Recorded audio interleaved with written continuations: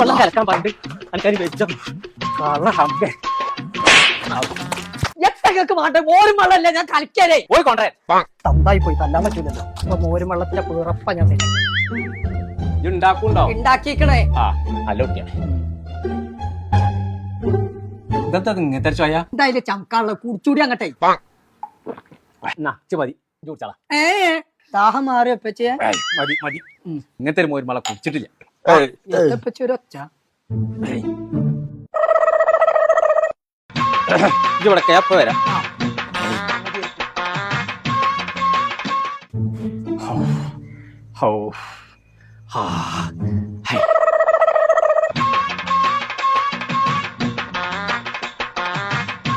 ഇനിയൊരു 10 രൂപ പള്ളന്റെ ഉള്ളില്